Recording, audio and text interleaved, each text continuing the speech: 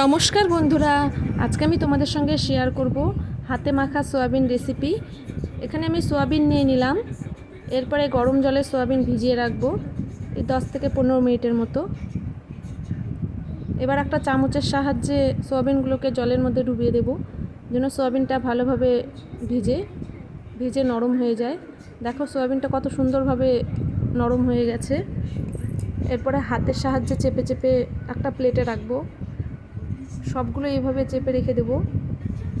এরপরে লবণ দিয়ে দেব, লবণ দিয়ে ভালো করে মেখে নেব।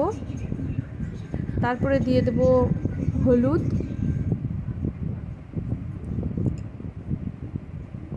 দিয়ে আরেকটু মেখে নেব ভালো করে, যেন লবণ হলুদটা ভালো করে সোয়াবিনের মধ্যে ঢুকে।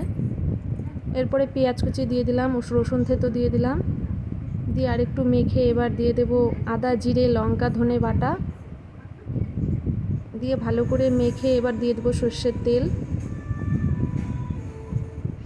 তেল দিয়ে 10 মিনিটের জন্য রেস্টে রেখে দেবো ঢেকে। এরপরে একটা কড়াই বসিয়ে দেব। কড়াইয়ে সর্ষের তেল দিয়ে প্রথমে আমি আলুটা ভেজে নেব।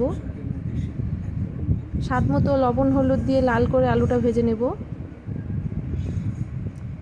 আলু ভাজার পরে দেখো সোয়াবিনটা 10 মিনিট হয়ে গেছে। এবারে কড়াইয়ে দিয়ে দেব, দিয়ে কিছুক্ষণ নেড়ে চেড়ে এবারে সেই বাটি ধুয়ে জলটা দিয়ে দেব।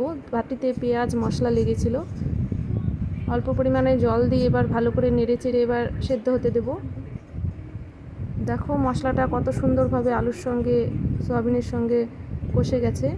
এরপরে গরম জল দিয়ে কিছুক্ষণের জন্য ফুটতে দেব। দেখো ফুটতে ফুটতে ঝোলটা অনেক বসে গেছে, একদম গায়ে লাগা হয়ে গেছে।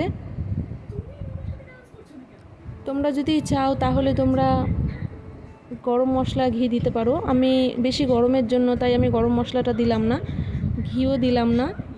আমি এইভাবে সিম্পলভাবে রান্নাটা করলাম। যদি ভালো লেগে থাকে অবশ্যই লাইক করবে, কমেন্ট করবে। যদি নতুন হয়ে থাকো প্লিজ চ্যানেলটা সাবস্ক্রাইব করে দিয়ে পাশে